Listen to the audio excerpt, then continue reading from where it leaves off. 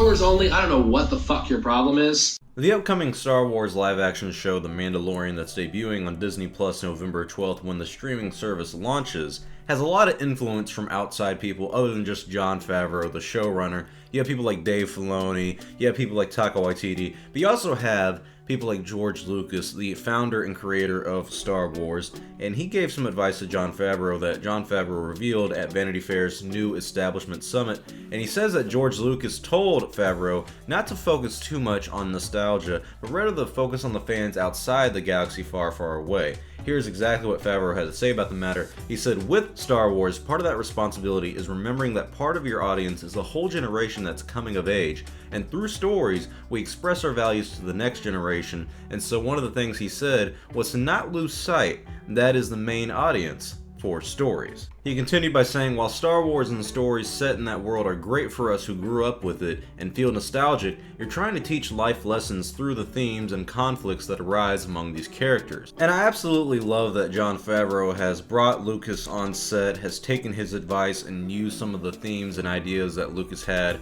for The Mandalorian in the show, and you'll learn more about that when the show does come out. But Jon Favreau has really taken the heart of Star Wars, which is the coming-of-age story that you have for younger audiences and generations.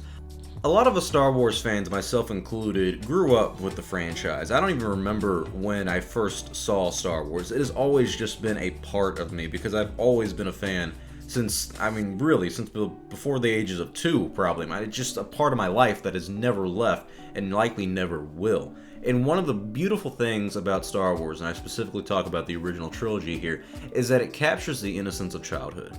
It captures that innocence of childhood of you have to go out and face your destiny, and there's a larger adventure to be had in not only the Star Wars universe, but in our life that we have just in the real world that we live ourselves. There's a larger part of the world than what we are adhering to and what we see. And I think that Jon Favreau is using those concepts that Lucas has, the hero's journey, Joseph Campbell's work, all that stuff to explore The Mandalorian and hopefully tell a good coming-of-age story for younger generations, because we're all older, let's be honest. A lot of the people who are watching this and a lot of people my age, we're grown, and we still are big Star Wars fans, and we always will be, but the stories sometimes aren't meant for us. And you look at shows like Rebels or Star Wars Resistance, they're geared towards a younger audience, specifically Resistance, and so they're not really meant for us. But when it comes to a show like The Mandalorian, it's great that it's trying to tell a new story instead of focusing on the nostalgia factor of Star Wars, because it's so easy to capture someone's memories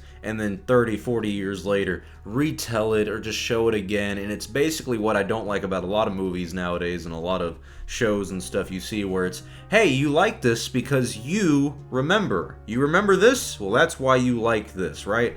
And that's boring in my opinion. There's not a lot of new stories in film. It's always a reboot or a sequel or a spin-off that no one really wanted. But with this show, Jon Favreau is doing something different. He's not focusing on nostalgia, and there's going to be some of that in there. It is Star Wars, and it's just kind of part of it. You see things that we've already seen before, but it's brand new characters, it's brand new worlds, it's parts of the universe and stories that we've never seen before. That's great. And if it can tell a coming-of-age story and capture the innocence of childhood for a lot of these kids that are growing up with this new show, with the new Star Wars films, I can't complain about that. They also asked Jon if he feels any pressure about being the front runner basically for the Disney Plus streaming service, since his show The Mandalorian is debuting when that service debuts as well.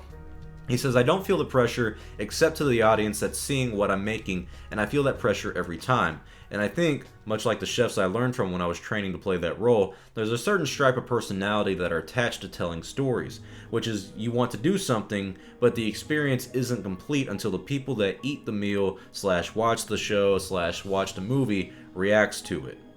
And I think that's another part of the Star Wars story for us as a fandom. If you look at every single trilogy and even the films and the shows, the reaction that your audience has to those films is part of the story that we look back on and recall. Everyone fell in love with the original trilogy, and it still stands the test of time. We all look back on that fondly as the perfect Star Wars trilogy that we can all enjoy and love. The prequel trilogy, part of the story is the backlash that they got. And now, 20 odd years later, the reception that they're getting now from fans is different, because the kids who were kids when the prequels came out are grown up now, and they look back and say, I really enjoyed those films for what they were. And the sequel trilogy has had its, mixed reaction as well.